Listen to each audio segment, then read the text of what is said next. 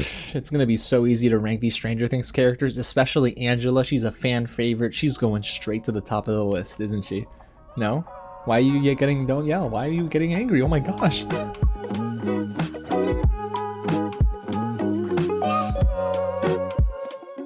What's going on, everyone? James here, and today, yes, we're actually going to rank at least 31 characters in Stranger Things Season 4, Volume 1. Guys, there are a lot of spoilers ahead, of course. It has been now a full weekend since Season 4 dropped on Netflix. If you missed out on the coverage here on the channel, you can find the review and my reaction to Episode 1 down below in the description or floating around at the top of the screen. It's been such a blast to cover Stranger Things Season 4, Volume 1, and now I'm actually really excited for Volume 2. The way I'm going to rank these characters, guys, and I can't rank every single character, but I am going to try to rank as many as I can. We're going to do top tier, mid tier, and bottom tier. And where do you think Angela's going to go? Seriously. She's not going to be top tier. But guys, before we get into this ranking, if it is your first time here at the channel, welcome to Real James, where I love talking about movies and TV like this. So if you do too, go ahead and hit the big red button below, subscribe to the channel, tap on the bell, and hit the thumbs up button. And guys, this is going to be a fun, engaging video, so let me know your ranking down below in the comments. You can use the same characters I'm using, or you can just pick your top 10. Whatever it is, I want to see your rankings down below in the comments, and let's have fun, because I did do a semi-poll on the channel here, and a lot of people are really loving 11, and a lot of people aren't loving Max, and I don't know why. This is breaking my heart. But you know what, guys?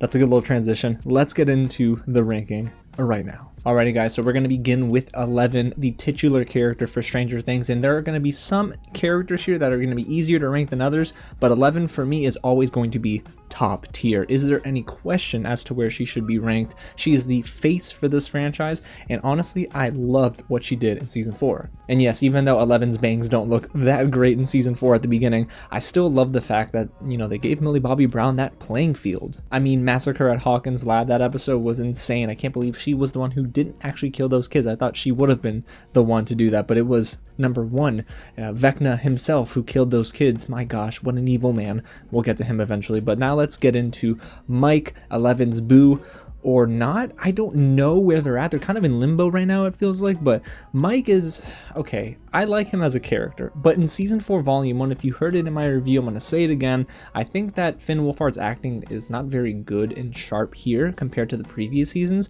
and I actually don't think they give Mike too much of that focal point of emphasis. After Episode 3 or 4, I believe, is when we start to go away from Mike, Will, and Jonathan and Argyle, that group that is kind of together for this season. But Mike, for me, I'll be honest, this season in particular, this volume, he's more of a mid-tier character, and I think someone's probably going to be yelling at me right now, yeah, right? Alrighty, so continuing with the OG crew, it's time to rank Lucas. Now, Caleb McLaughlin is actually really, really good in this volume. He doesn't get that much screen time, but in the moments he gets with Sadie Sink, I feel like both of them are in sync, no pun intended, and I loved what he delivered here. Now, is he as believable to be a freshman basketball player in this season? Not really. I feel like he's aging out of that role pretty quickly, but I think Lucas is still, for me personally, a top tier character. He brings a lot to the table and has a decent arc so far in Volume 1. He tries to fit in with the cool kids on the basketball team, but being a part of the Hellfire Club, he knows he has a duty to his friends and is responsible for basically being that diversion that the team needed to get Eddie to safety when Jason and those goons were going after you know, the Hellfire Club themselves. So I think Lucas, for me, is sitting comfortably at top tier in this volume. And now we got Dustin to talk about. Dusty. Listen, guys, I've absolutely loved Dustin from Season 1. He is so funny, but he also is one of the more relatable characters in some instances, so I do like what Gaten Matarazzo brought to the table here. I just don't necessarily know if Dustin is as focused on in this season. Sure, him, Max, Steve, and those characters, they have a pivotal role to play, but I almost feel like Dustin is kind of not really that point of emphasis, and I don't necessarily know if I love him in this volume. I think I just kind of like him, so I'm gonna put Dustin surprisingly at mid-tier, but in seasons 1 through 3 he is sitting at that top tier, guys. It just feels like Season 4 Volume 1, he's just like an okay character so far. That might actually get me yelled at for sure. Alrighty, y'all, so now it's time to talk about Hopper and find out where he ranks. David Harbour is so darn good. I can't fault the fact that I don't like that Joyce Hopper storyline, because of his acting and because of Winona Ryder's acting. It's mainly because of the writing. I feel like the narrative is weakest when we focus on Hopper, Joyce, and Murray, as funny as that sounds, because I think Murray and Joyce are a great duo. But there's just a lot of this momentum that's being built up, and then the series kind of hits a wall, or at least I should say this season hits a wall in volume 1 when we get to Russia. Hopper, Enzo, they're another cool duo, but Hopper on his own, I'm gonna say mid-tier. He would be top tier in all the other seasons, but here in volume 1, yeah, I'd just say mid-tier. And speaking of Joyce, it's time to talk about Joyce here, Winona Ryder's character, as she is surprisingly going to be... Ooh, this is a tough one. Guys, I'm going to be honest with you. I think that Joyce is a character that is famous for the, the lights on the walls, like that scene, but Winona Ryder brings a really strong performance here as Joyce. She loves Hopper. She somehow gets over $40,000 out of that trust fund like this. She's a boss.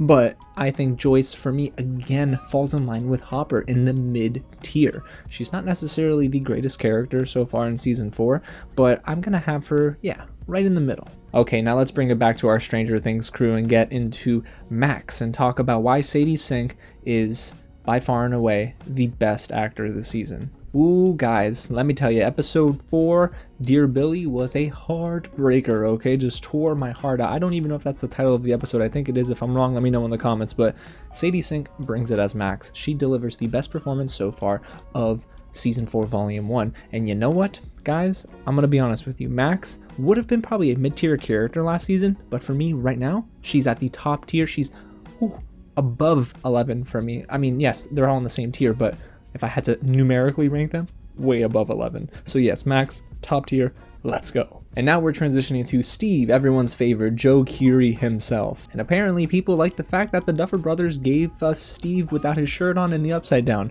Wasn't really my takeaway, but I can understand why the fandom was going crazy.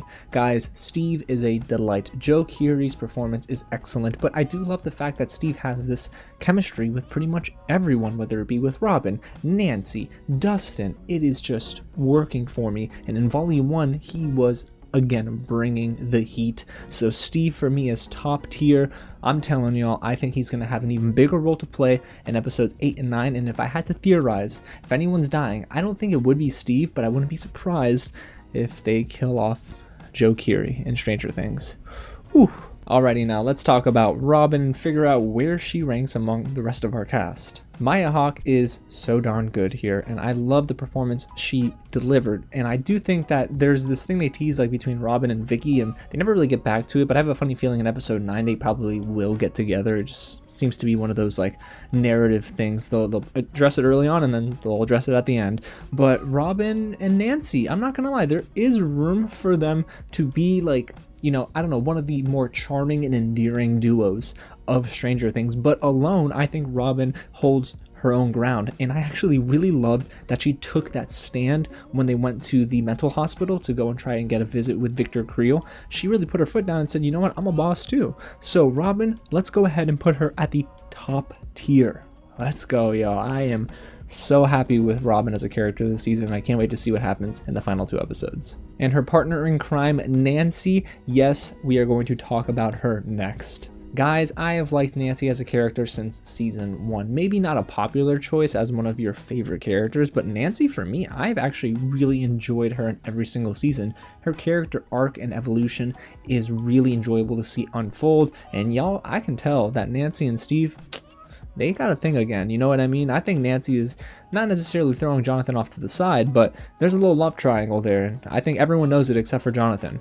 Poor Jonathan. So you know what, Nancy, for me, this season in volume 1, put her at the top tier. Don't mess with Nancy, y'all. She's a boss. Alrighty, so let's get into Jonathan now. Jonathan is a character, and I didn't hold back. I didn't beat around the bush here in my review, but I am actually pretty darn disappointed with Jonathan as a character this season. He seems to be one of those like comic relief type of characters with Argyle. They're smoking a lot of weed together, so there's that like pothead humor. Sorry guys, I am just not a fan of Jonathan so far in season 4. Every time him and Argyle are on screen, I just don't necessarily laugh. I don't like a lot of their moments together, and even individually, I just think Jonathan is kind of an afterthought this season. So this is going to be a first for this ranking video right now, but Jonathan is going to the bottom tier. Oh boy. that might get me in trouble. And it's only poetic to follow up Jonathan with Argyle, and you know what? I'm not even gonna wait, guys. Argyle, we're putting him at the bottom tier. I can't waste any time. It's not that I didn't like Argyle in the performance. I thought the performance was fine for what the script called for and the story called for as well, but man, I'm sorry, y'all. The whole Argyle Jonathan thing, it kind of reminds me of Joyce and Hopper, where every time we see them, things kind of just stop. I mean, at least there was that cool car chase with Argyle. That was something. But yeah, Argyle for me, bottom tier with Jonathan. So now let's get into Eddie, a surprisingly well-loved and received character on social media. Everyone loves Eddie, and you know what? I did too when I watched this first volume for season 4. Eddie for me is a top tier character, guys. I'm scooting him all the way up there because he delivers so much bravado with his performance, and I keep seeing this comparison to Robert Downey Jr. Like he should play Robert Downey Jr. in like a biopic. I don't know. I'd never thought about that, but okay, fine. I just really enjoyed Eddie this season, and you know what? They better not kill our boy off in volume 2. If they kill Eddie off, I'm going to be so upset. But yes, Eddie is a top tier character.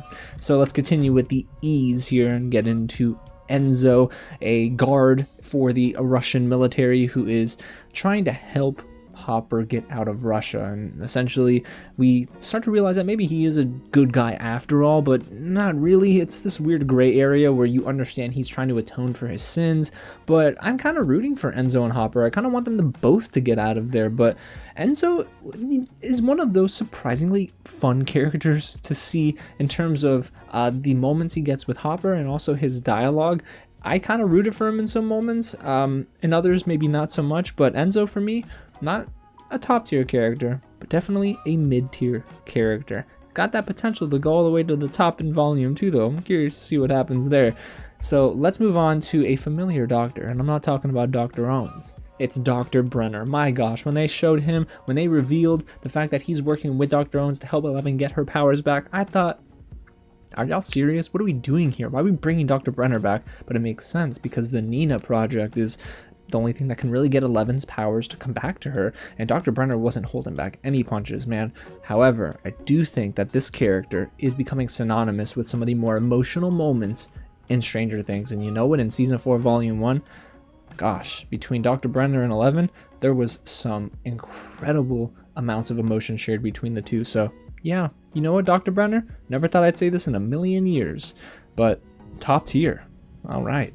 So let's move on to Murray, and guys, I've loved Murray ever since the character came into Stranger Things. Not only is he hilarious, but he is sneakily strong, you know, and he shows it here in that plane fight, well, the fight in the plane, I should say, with Yuri. He kicked butt, you know, he just went all martial arts, kung fu on that man behind. So Murray for me, oh, heck yeah.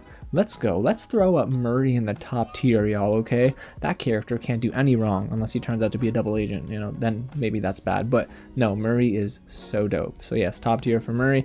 And let's talk about Lucas's sister now, Erica. Erica is, you know what, guys? I'm not gonna lie. She doesn't get as much screen time as she did in season 3, but she still makes the most of every moment she has in season 4 volume 1. The way she stands up to Eddie in the Hellfire Club in the beginning and pretty much just calls him out on their BS and also doesn't let her brother slide for lying is great. I've loved Erica for a long time. This character is just excellent to me. So of course I'm gonna have to put Erica at the top tier. Now we're getting into a character that basically doesn't have any screen time compared to season 3, and that's Karen Wheeler. Yes, one half of the Wheeler parental unit, but Karen Wheeler here, no real impact. I mean, some funny back and forth dialogue that she has with Ted every now and then, I guess, but Karen Wheeler, not a very memorable character in volume 1, and I know it's unfair because she doesn't get a lot of screen time, but it's a ranking video, so we're gonna go ahead and rank her anyway, putting Karen Wheeler in the bottom tier. That pains me because I liked her in season 3. So let's move on to Chrissy, and I know I'm trifling with the photo I'm using for Chrissy here, guys, but poor Chrissy. But you know what? Surprisingly, her performance was really grounded, and that moment that she shares with Eddie in the forest where she is, I know, she's trying to buy drugs, but she has this heart-to-heart with Eddie, and then, well, she gets possessed by Vecna. So there's that. But Chrissy, for me, she's a mid-tier character this season. She really delivered a strong performance, but outside of that, her character is very important. And of course, opening up another gate, an accessible gate for Lucas, for Dustin and Erica to go and throw that rope to try and save Steve and all of them, to get them from the upside down back to the real world. So I really liked exactly what they did with Chrissy. So yeah, mid-tier. Now let's go on to Jason. Yeah, Jason is the jock, the leader of Lucas's basketball team, the captain of that team, and he is a jerk, especially with his little rant he made about the Hellfire Club and Dungeons and Dragons at the town hall meeting with the police chief. The man is beating up everyone and anyone to try and figure out what happened to Chrissy. And I get that he's passionate, but man, this guy's just beating up on everyone. That probably isn't gonna work, and that's not nice. But you know, outside of that, Jason, he's okay. To be honest, I don't really care for him as a character this season either, so Jason goes to the bottom tier. Sorry, Jason. And we're almost done, y'all, but let's go ahead and dive into the next set of characters here. And we're gonna start with Ted Wheeler. Now, I'm not gonna spend more time than I have to on Ted Wheeler, but you know, he made some comments here, and I was just like, boy, you better relax, you know, like, you're careful now. But yeah, Ted Wheeler, just another character that kind of goes off by the wayside here. Most of the parents don't get much love in Volume 1 anyway, so I will have to say Ted Wheeler, even though we had a few scenes that were like, he's front and center, I'm still putting Ted Wheeler in the bottom tier. But you know what character got plenty of screen time? Vecna himself, or itself. Actually, it would be a him if it's number one, right? It's a creature now anyway, but Vecna is disgusting, y'all, and what Vecna does to these kids is trifling, but I think that this is a great antagonist for this season. And finally, there's a central figure, because before, yes, the Mind Flayer was a thing, but it was just that, a thing. It wasn't really human in any form or shape, but Vecna, man, there is something special about this antagonist in terms of how it brings a lot to the story and to the season itself. Vecna is a top tier character though in Stranger Things Season 4 Volume 1.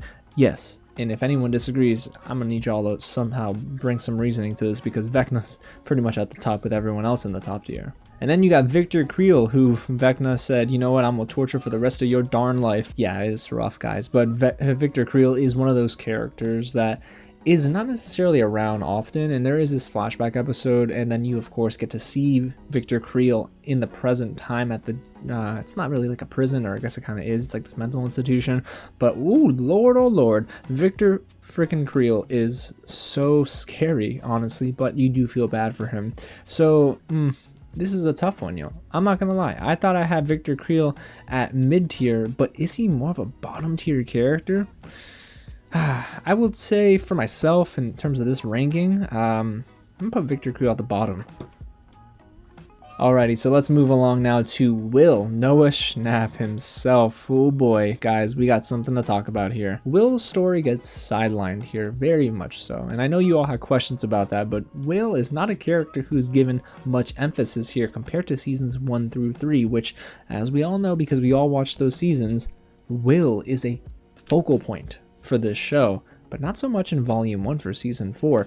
Will is kind of thrown off to the side, and I'm going to be honest, I don't care for the acting here either. However, as a character, Will, this season, there's not much going on with this guy, right? So I'm struggling between mid-tier and bottom tier, but as I look back on the list and where everyone's ranked, I don't know, guys. You know what? Will for Volume 1. This could change in Volume 2, but I'm putting Will in the bottom tier. Oof, that's a hot take. Is that what you call a hot take? Alrighty, y'all, so let's get into Fred Benson. Oh, poor boy, poor Fred Benson. That man got wrecked, okay? He doesn't necessarily have the biggest impact on the season, so even though I'm putting him in the bottom tier, that doesn't mean he's like the worst thing in the world. It's just he doesn't really have too much of an impact. However, that man, a little brave. He's got some courage in him. However, I do feel bad for the way he went out. That man got possessed by Vecna. I mean, that's one of the two scenes we see where there's like body horror and stuff, and the body horror is crazy here, but Fred, that man got destroyed. And unfortunately, he got destroyed in this ranking as well. So, Fred, we're putting him at the bottom tier. Just not as important, I think, compared to the rest of this cast and crew. But let's get into Dr. Owens, who surprised me. I didn't think we'd see Dr. Owens this season, but I like this character. This is a very nice character. He is fine. I don't think Dr. Owens is meant to be one of those like strong characters you always think of when you think of Stranger Things, but I would comfortably put Dr. Owens in the mid tier. He's the reason why Eleven's getting her powers back in some roundabout way. You know, he's the one who put up the money, and also shut his mouth up when it came to the military trying to figure out where 11 is. However, they did get that answer from one of those agents, unfortunately. At least that's what they were teasing or alluding to. But Dr. Owens, the man is loyal to 11 and those kids. So Dr. Owens will put him right at the mid-tier. Now this is actually less of a character, singular, but more of collectively a group led by a singular character. Angela and the kids who bullied teenage 11. Son of a gun, Angela, I can't stand that girl. And you know what? There is this hot debate on Twitter right now. Did she deserve to get hit in the forehead with a pair of roller skates? Well, listen, I don't condone violence in any measure, but 11 got harassed, okay? And physically harassed. She was not only pushed down in a way, and she had that shake thrown on her, guys. That's wrong, all right? You got to defend yourself. Mike sitting on the sidelines like, okay, whatever, you know, like, I don't know what's up with that, Mike. Like, you need to like get up and support your girlfriend. But anyway, I do think that Angela, you know, as much of a jerk as she is, as much as you want to put her at the bottom tier, she is actually kind of important for the development of 11's character this season, and I think it's going to come around and see itself to fruition in Volume 2. So Angela, put her fine at the mid-tier. Alrighty, we're almost done here, guys. We're in the final stretch. Let's go ahead and talk about Suzie. Oh, Suzie and Dusty. What a great couple. Those are both genius children. Suzie is, well, responsible for helping the kids get, I guess, these coordinates, right, for Mike and the gang. Now, I will be honest with you. Suzie is a character that actually surprised me this season. You know, I thought they would bring her in for one joke, but we actually get an entire scene inside of Suzie's household where there are kids running around. They're bad kids, but they're, I guess, resembling the Lost Boys from Peter Pan or something. To me, Suzie is actually a mid-tier character, not top tier. We haven't had a top tier choice yet, or in a while, I should say. But Suzie, yeah, I'll put her at the mid-tier. She's okay. She's fine. Yeah, Suzie, mid-tier. Now let's get into number 1, and oh lord, we have a lot to talk about. Guys, number 1 is a crazy character, okay? I got so many Pennywise vibes from this actor. Jamie Campbell Bower, I believe his name is. What an impressive performance. Right alongside Sadie Sink, I would say, for one of the more chilling and impressive performances this season. But as a character, number 1 is... number 1 is one of those tricky characters, right? Because I'll put number 1 right up at the top tier, but you don't know whether to root against this character or not root for them, but want to see more of them this season, because there's this incredible episode, right, where we learn about episode 7, where we learn about number 1, and we learn about who Vecna is, and this clever writing and all this connective tissue coming together. But man, that performance is great. Number 1 is an awesome character, and you know what? We're putting number 1 right up there with his now alter ego, or whatever the heck. I'm trying to look for the words here, guys, but Vecna. We're putting him right up there with Vecna. Number 1. All right. I just never want to run into this guy in an alleyway. Nope. And last but not least, well, maybe least, all the kids who bullied young 11. You know what? Those flashbacks made me so mad, because those kids were bullying the heck out of this poor girl, okay? And that is not right. We do not like bullies. And you know what? I don't know if these kids bullying 11 were like as important, I want to say, to this season compared to Angela and those bullies, because in a weird way, I feel like we got to see how 11 would kind of form into maybe a more confident version of herself as a result of what happened with Angela and those kids, because she went up and smacked that girl right in between her eyes. So I will tell you that all the kids who bullied young 11, I kind of, they're like there, right? And yeah, they're important for the flashbacks, but I'm putting all those kids who bullied 11 at the bottom tier, all right? And not just because I didn't like them. Okay, maybe because I didn't like them too much. But guys, there you have it. We just went through 31 characters to rank for Season 4, Volume 1. I am like losing my voice. But thanks so much for sticking with me. And I can't wait to see all of your rankings, all of your lists in the comments. So go ahead and get loud sound off. Tell me if you love my list. Tell me if you don't, because I'll still respect it unless you call me names like Poophead. Yeah, don't call me that name. That's a stupid name. But guys, again, if you haven't already, hit the big red button below as well, and subscribe to the channel for more cool videos just like this. And of course, July, and it's not as far away as we'd like to think it is, guys. So I'm most likely going to be getting those last 2 episodes early again. So if I do, God willing, we're going to be reviewing it right here on the channel. And y'all, it's about to go down. No, seriously, I mean, something might go down, like to the upside down. I don't know. I just have this weird theory in my head. We'll talk about that later. But guys, again, thanks again so much for watching, and I'll catch you at the next screening. And it's like raining outside. I think I got someone upset. Ooh boy.